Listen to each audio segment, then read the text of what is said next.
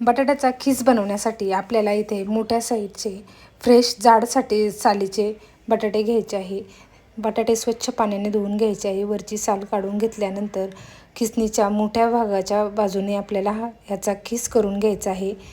खीस केल्यानंतर त्यामध्ये आपल्याला तुरटी टाकून घ्यायची आहे आणि लगेचच पाणी ओतून घ्यायचे आहे, नाहीतर बटाटा काळा पडतो। बटाटा 2 ते 3 तास पाण्यामध्ये ठेवल्यानंतर त्यामध्ये आपल्याला स्वच्छ पाण्याने पाणी टाकून धुवून घ्यायचं आहे आणि उकळत्या पाण्यामध्ये हा खीस वाफळून घ्यायचा आहे।